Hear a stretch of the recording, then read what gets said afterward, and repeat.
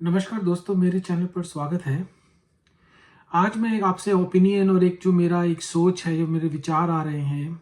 एक मैंने बहुत ही दर्दनाक वीडियो देखा और उस वीडियो को देखने के बाद ये मन में विचार आया कि मैं फिर से आप लोगों के साथ इस बात में अपना विचार, अपना मत, अपना ओपिनियन शेयर करूं।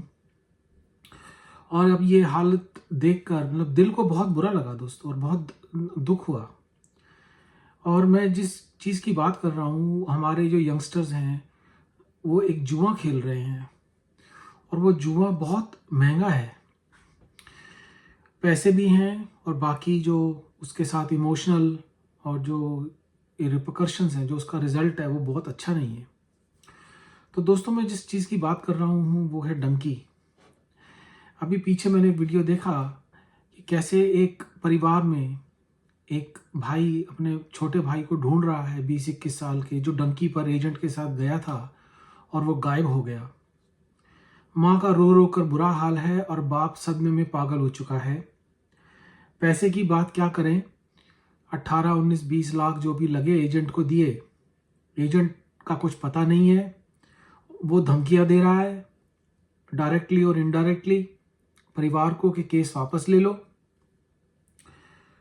तो ये देखकर दोस्तों, मैं और उस चैनल जो वो जो उजागर कर रहे हैं इस प्रॉब्लम को, इस बीमारी को, उसका भी हमें शुक्रिया करना चाहिए। और ये एक केस नहीं है दोस्तों, बहुत ऐसे केस हैं कि लोग अपने बच्चों को, यंगस्टर्स को बाहर भेज रहे हैं बिना जाने समझे कि वहाँ पे जो रिस्क है वो कितना बड़ा है। दोस्तों, ये जुआ है।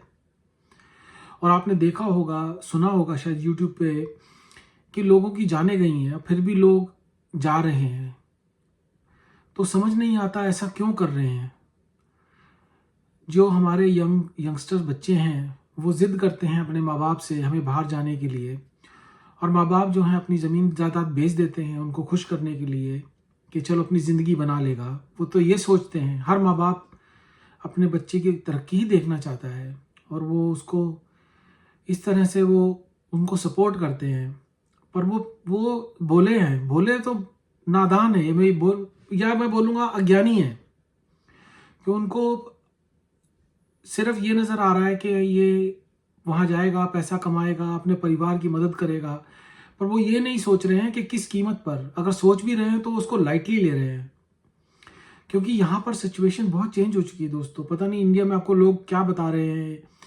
यहाँ पे अभी ट्रंप आ रहा है, ट्रंप तो इलीगल इमिग्रेशन के बहुत खिलाफ है।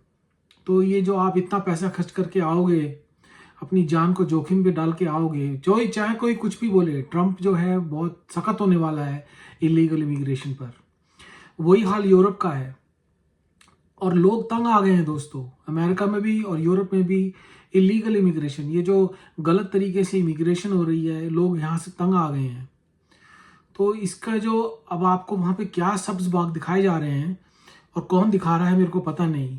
शायद 10, 15, 20 साल पहले सिनारियो कुछ और था, अब सिनारियो बिल्कुल बदल गया है, और बदलने वाला है बहुत तेजी से। तो बहुत सोच समझ के आप अपने 25-30 लाख रुपए जिसको भी दे रहे हैं, बड़ा सोच समझ के अपना रिसर्च करें। पहली बात तो मैं बोलूँगा कि आप आए ही ना, इलीगल ना काम ना करें, क्योंकि ये बहुत खतरनाक काम है। अगर बच्चों को कुछ हो जाता है तो माँ बाप पे क्या बीतती है, परिवार पे क्या बीतती है। पैसा तो गया गया, पैसा तो इंसान कमा ले सकता है, कमा भी लेता है, पर इंसान की जान चली गई तो उसका क्या, वो कैसे उसकी भरपाई होगी। और एजेंट तो केयर नहीं करते, वो लोग केयर नहीं करते कौन मरा, उनको कोई फर्क नहीं पड़ता, उनको तो पैसे मिल गए।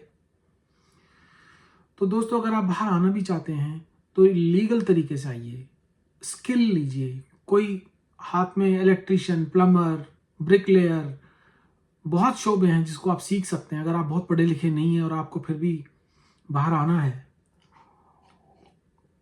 और ये किसने कहा है कि आप यूरोप ही आए। आप सेंट्रल एशियन रिपब्लिक है, वहाँ पे भी कोशिश कर सकते हैं।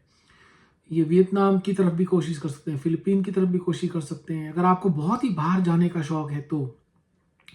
पर मैं तो ये मानता हूँ, अगर 25-30 लाख रुपए अगर आपके पास इंडिया में है और आप एजेंट को दे रहे हैं, उसकी बजाय आप बिजनेस में लगाएं। आप अगर अपने स्टेट में नहीं रहना चाहते, अगर आपको बाहर आके पेट्रोल पेट्रोल पंप पे ही काम करना है, रेस्टोरेंट में ही काम करना है, झाड़ू ही लगाना है, टॉयलेट ही साफ करना है, तो उससे अच्छा है वो पैसा आप इंडिया में किसी दूसरे राज्य में जाकर कोई बिजनेस खोल लें, कोई रेस्टोरेंट खोल लें, कुछ काम कर लें। पर ये सब ना करें, क्योंकि ये बहुत खतरनाक है। और मेरे को देख के बहुत दुख हुआ दोस्तों। और पता नहीं हमारी फॉरेन मिनिस्ट्री इंडिया की क्या कर रही है, और मेरे को ये भी नहीं पता, मैं तो वहाँ रहता नहीं हूँ, ये हमारे जो पॉलिटिशियंस हैं ये क्या कर रहे हैं, कैसे हमारे बच्चों को जो है वो अपनी ज़िंदगी से इस तरह का जुआ खेलने दे रहे हैं। कोई अवेयरनेस नहीं है, कोई कैंपेन नहीं है, पता नहीं होगा, आई एम श्योर, बट मेरे को तो कोई नज़र नहीं आया पंजाब में, हरियाणा में, ये जो उत्तर भारत में खासकर। तो ये क्या हो रहा है। और माँ बाप भी थोड़ा सा सख्त बने, अपने बच्चों को ऐसे रिस्क ना लेने दें। अगर ये किसी भी वीडियो किसी भी माँ बाप के पास पहुंचता है तो ये काम ना करने दें, क्योंकि ये बहुत रिस्की काम है। आप इलीगल तरीके से जंगलों में से नदियां क्रॉस करके पता नहीं किस टाइप के गिरोह से, किस टाइप के क्रिमिनल लोगों से आपके वहां पे वो लोग आपके साथ मिलेंगे, आपको वो पार करवा रहे हैं। और अब तो सख्ती बहुत हो गई है और बढ़ रही है। तो मेरा बनाने का ये वीडियो बस मकसद यही था कि मैंने वो जो वीडियो देखा, मेरे को इतना दुख हुआ, और उन परिवार का, उनके आंसू देखे नहीं गए पर दोस्तों। तो और ये एक परिवार नहीं है, ये बहुत ऐसे परिवार हैं। तो इतने, अगर आप यंगस्टर हैं और मेरे को सुन रहे हैं, अगर आप युवा हैं इंडिया में और मेरे को सुन रहे हैं, तो आप डेस्परेट मत होना। आप डेस्परेट होने की आपको जरूरत नहीं है। आप स्किल लीजिए, इंडिया में भी बहुत पैसा है, बहुत तरक्की है। इतना पैसा अगर आप खर्च करके आ रहे हैं, इतना पैसा आप इंडिया में लगाइए बिजनेस में। उसमें टाइम लगता है दोस्तों। मैं इन यंगस्टर्स को कहना चाहता हूं कि तरक्की करने के लिए वक्त, आप ओवरनाइट आप सोच रहे हैं अमीर हो जाएगा, कोई ओवरनाइट कुछ नहीं होता, टाइम लगता है। आप अपने देश में रहेंगे, अपने माँ बाप की सेवा कर सकते हैं, अपने माँ बाप के दुख सुख में काम आ सकते हैं, आपको भी सपोर्ट होगी, आपके पास भी कोई होगा दुख में सुख में।